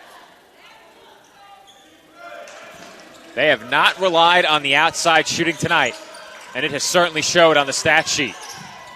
That was Curtis who couldn't finish the layup. Mallory has the rebound, and the Dolphins can make this a 20-point game. They could go ahead by as many as 22, and they go ahead 21 as Chestnut floats it in, and the Dolphins now lead it 67-46. J.J. Chestnut really putting on a show. One of the reasons Dolphins are running away with this one. That three-pointer no good, rebounded by the Dolphins.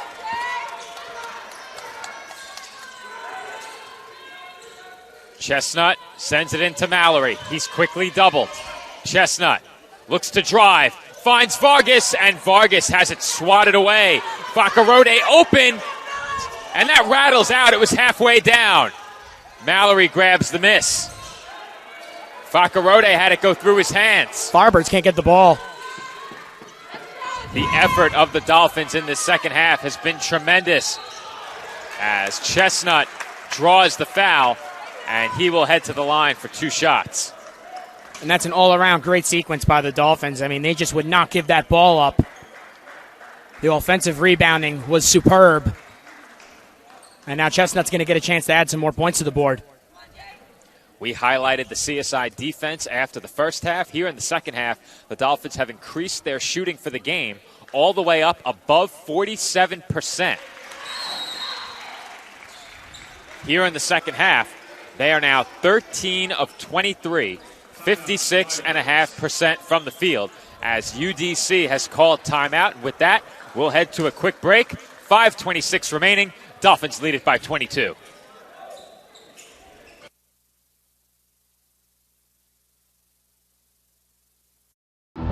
Being a champion takes more than skill, more than endless drills, more than using your head.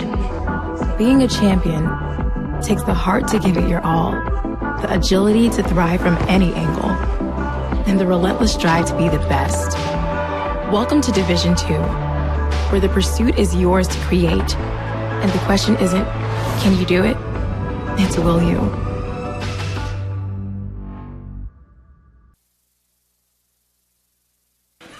And we are back from the tank where the Dolphins lead by a game-high 22 points.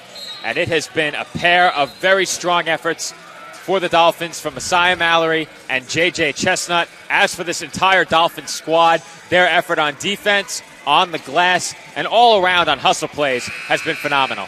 Well, you said it, Joe. They've been fantastic on both ends of the court, both sides of the ball, specifically Messiah Mallory and J.J. Chestnut. It just seems like everything has been falling for the two of them, and everything has been going right defensively for the two of them and for the rest of the team. Mallory has 27. Chestnut has 15. Mallory is 11 of 15 from the field. Chestnut is 6 of 13. He also has 5 assists. And Chestnut will head to the line for one more shot after hitting the first free throw ahead of that UDC timeout. He's short, and the Firebirds have the rebound.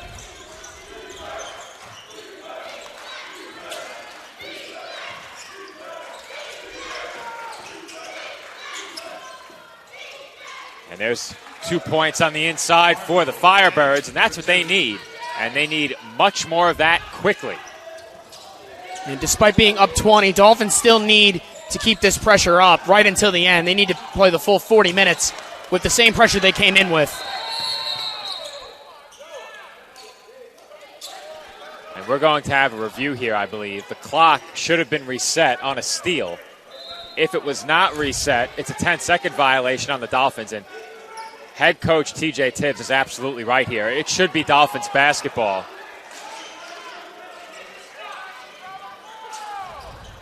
And that was definitely a mistake. 100%, and Tibbs is rightfully so livid about it. He's absolutely right. Hopefully, that call isn't too consequential for the Dolphins, but what a swing it would have been if Hartnell Hay could have finished that layup. And if you're the Firebirds, you have to love that. Even if it should have been Dolphins basketball, that full court pressure certainly yielded results for them.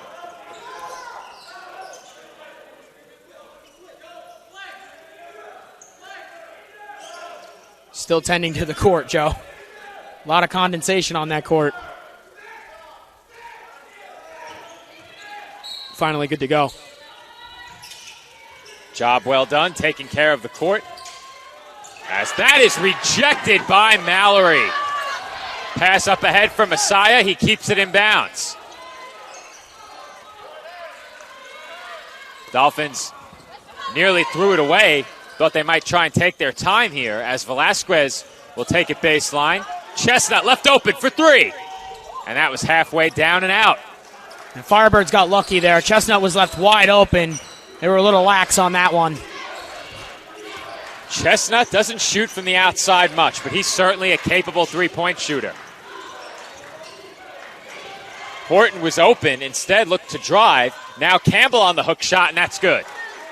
Well, regardless, they do get the 2 points, but we've been noticing it all game. Firebirds have been missing a lot of chances at open shots. Big reason why they're down in this one by a large margin. Mallory, floater, won't go. The tip in no good, and the rebound by Campbell. The CSI lead is 18 points. As we approach 3.5 to play. If there's any time to play really strong defense, it's right now, Joe. Campbell, right at Vargas, no good. Rebound was taken away from Faust, but Campbell tracked it down. Hay drives baseline and can't finish the layup. Hay is down. The Dolphins have numbers. It's 5 on 3. And the Dolphins are able to take advantage as they find Mallory on the inside for 2 more. Tic-tac-toe. Messiah Mallory on the finish. 3 minutes to go. It is a 20-point lead for the Dolphins. Messiah Mallory continues to impress. Mallory might be nearing a career high as Horton will pull up, and he buries the 2. You only got 2:45 left. Dolphins still up 18. And they need to just maintain this. They need to keep playing strong defense here, Joe. I'm trying to pull up Messiah Mallory's career stats. His career high is 32. He also had a second 30-point game against this UDC team last year. Velasquez, too strong. And the rebound will go to the Firebirds. 2:15 remaining in the game.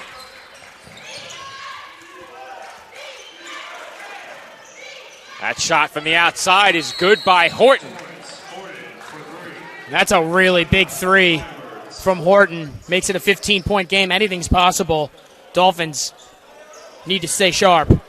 Barring a monumental collapse, the Dolphins should be able to hold on here, but with 2 minutes remaining, we have a 15-point game. Our score, Staten Island, 70. District of Columbia, 55.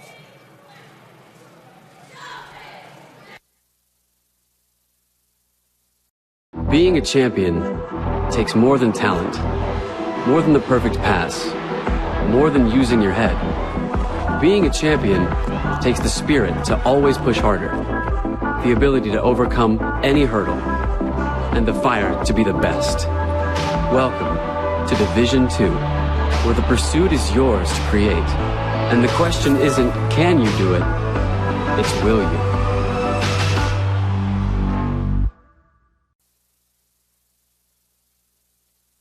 And we are back from the College of Staten Island, where the Dolphins lead by 15, 2:06 on the clock. It is Staten Island basketball, and if the Dolphins manage the clock properly, they should be able to coast to a victory in this game, though these two teams did play a thriller last year, if I remember correctly. I'll have to go back and double-check the history between these two teams. I know for certain the Firebirds took both games last year, but the Dolphins, barring some late-game dramatics tonight, should be able to come away with the win. And this would be a huge win, their first conference win of the year, up 15 with 2:06 to go. At this point, you need to just hold on for dear life and just play the best defense you possibly can. Well, taking a look back at the history between these two teams, we'll do so in just a moment as our internet's not cooperating here on campus. Nonetheless, the Dolphins inbound, they have it. The lead is 15 as they look to get it across half. They do. And the Dolphins will wisely milk some more time off the clock. Last season, it was a 2-point game between these two teams here at the Tank. So my memory did serve me correctly. The Firebirds won both meetings last year as Shkolny tries the 3. No good. And that rebound goes to UDC. They have to hurry. And Campbell is fouled. Count it. And 1. Lucky play for Campbell there as he gets up and draws the foul, and now a 13-point game, and he's going to get a shot at the line to try and make it 12. With 91 seconds, you need to limit the fouls, turnovers, and just play the smartest basketball you can.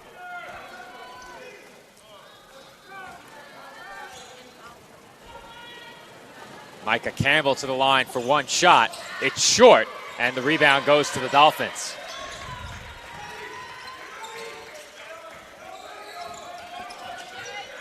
Dolphins get it across the timeline.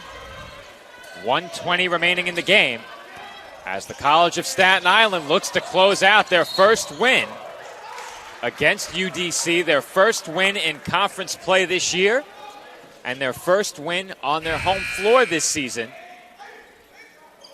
They are 1 minute and 13 seconds away. As I just caught it right now. I mentioned earlier in the game that David Shkolny was being attended to over at the trainer's table. He has quite the cut above his left eye. So they got that taken care of early in the game. And Shkolny, despite that, gave a fantastic effort tonight for the Dolphins. 12 on the shot clock. Horton feeds it inside to Campbell. And Campbell lays it up for 2. Micah Campbell, once again, with a strong battle, wins it down low and puts another 2 points up on the board. Now just an 11-point game, 51 seconds to go. And we have a timeout on the floor. Only the Dolphins had timeouts remaining. So I believe the timeout was called by Staten Island. And it's going to be a full timeout. So with that, we will take a break for what will likely be the final time tonight. 51.9 remaining. Dolphins lead by 11.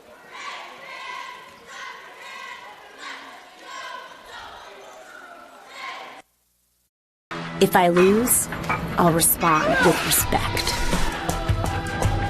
If I win, I'll back it up with humility. If I fail, I'll rise up with honor. It's tough for us to put it all on the line. Don't undo my hard work with poor sportsmanship.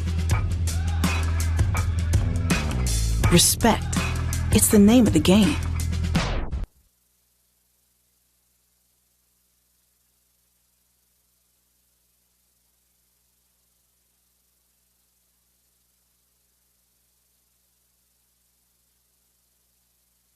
And we're back from the tank, where the Dolphins are at the line right now shooting a technical free throw. So they were having a discussion over at the scorer's table. And the call was an administrative technical foul against UDC. So that all but ends their hopes of coming back in this game, as Armas hits both free throws. The Firebirds had cut it to 11 with just 52 seconds to play, but if they were going to have any chance, they certainly couldn't afford that. Now, I'm not sure what happened, Joe, but definitely not something you want to do down 11 under a minute to go. You want to play, like I said, you want to play as smart as you possibly can. It was a 4-possession game anyway, so I think this one was likely decided. But I have seen crazier things before. Absolutely. I'll never forget Tracy McGrady erasing a double-digit lead by himself in the closing seconds, so anything can happen. That was how many years ago now? Before my time. It's been so long, I can't remember if he was on the Rockets or the Magic. I think it was Houston. And I believe they were playing the Spurs, if my memory serves me correctly. But for this Dolphins team, they're 45 seconds away from win number 2 on the season, assuming they hit their free throws and barring any catastrophic collapse. Dolphins should improve to 2-6 and pick up their first conference win, moving to 1-2 against the ECC. And Armas was fouled. And there you can see Armas getting the assistance of his teammates. They were flying across the floor to help him up. It was a little aggressive. I think that speaks to the mindset of this team. I'm sure that's something they talk about. One of your players goes down, you help him back up immediately. I don't doubt that's a point of emphasis for this Dolphins team. As once again, they'll attend to a wet spot over there on the floor ahead of these free throws. Armas to the line for a 1-and-1. Firebirds were not willing to concede yet. They had to foul their way into the penalty. And Armas hits the first.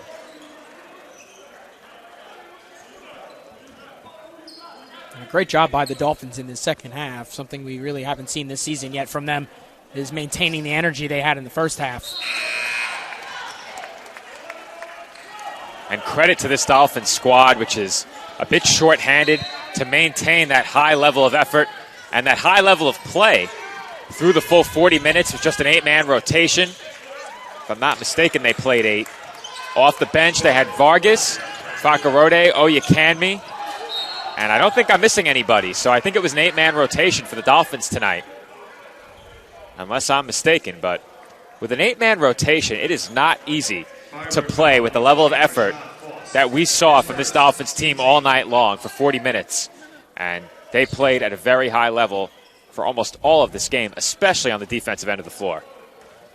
Very deserving, like you said, both ends of the floor.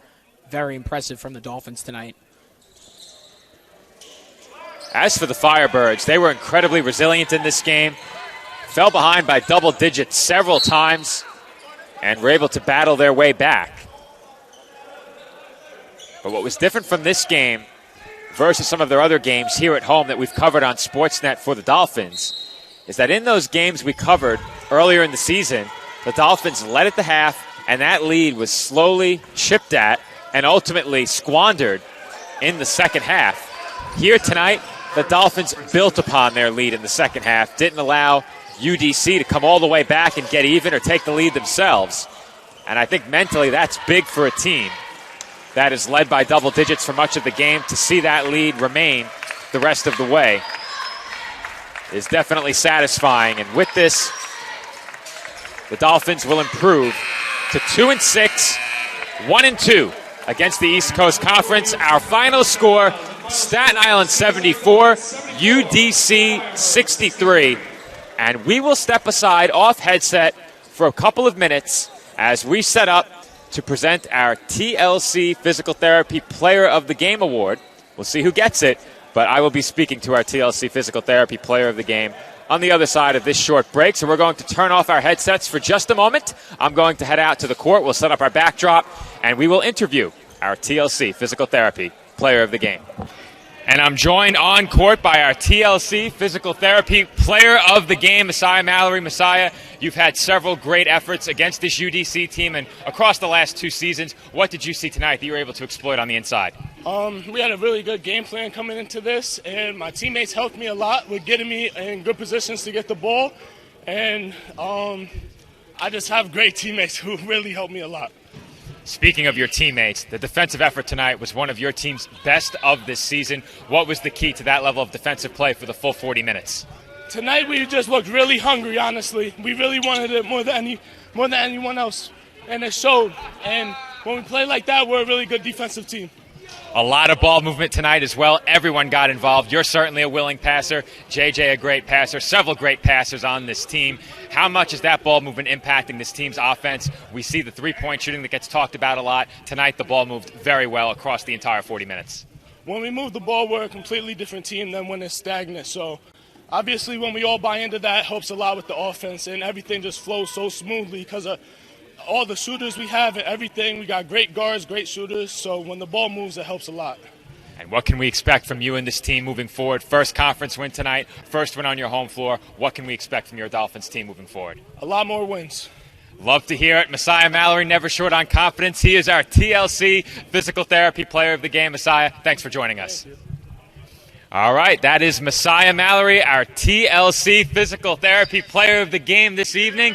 And this man right here could send me to physical therapy. Danny the Dolphin, very touchy, getting up in my shot. Me and Danny can flex off. I'm getting a bit soft right now, but me and Danny, of course, great friends. We'll send it back to the commentary desk, and we'll conclude this broadcast coming up next. Once again, we thank our sponsor, TLC Physical Therapy, for presenting our Player of the Game Award. Danny gets it. He knows how to sell a sponsorship. Back to the commentary desk and to my broadcast partner, Andrew Rotundo.